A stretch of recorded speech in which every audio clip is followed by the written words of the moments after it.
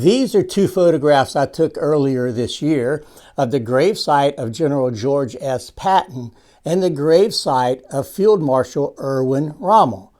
Now, Patton is buried in Luxembourg with over 5,000 fellow service members.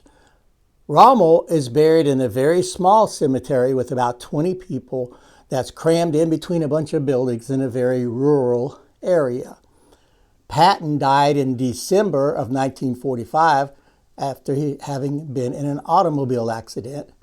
Rommel died by choosing suicide over a trial in which he knew that he and his family would be found guilty. Now, the two never faced each other across the battlefield. Patton at one time thought Rommel was on the other side, and in the movie Patton, George S. Scott is heard to say, and I'm just quoting the movie, "Rommel, you magnificent bastard, I read your book." Now, while Rommel wasn't over there, the troops were trained by Rommel.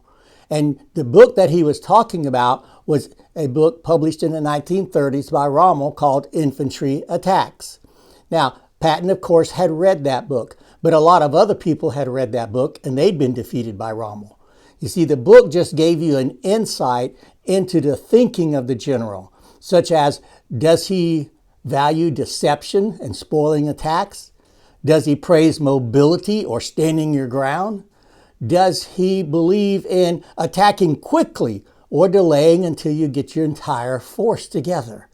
So even though Patton had read the book, don't discount the fact that it was Patton's actions that won him the battle. You know, in 2 Corinthians 2:11, it says that we are familiar with the devil's schemes. But just because you're familiar with his schemes doesn't mean that he's just going to roll over and play dead for you. You still have to do what you need to do to defeat the devil. You have to work the word of God in your life.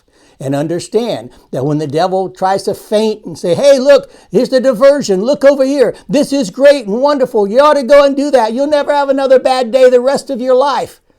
It's a lie. In fact, Jesus said that his very native tongue was a lie.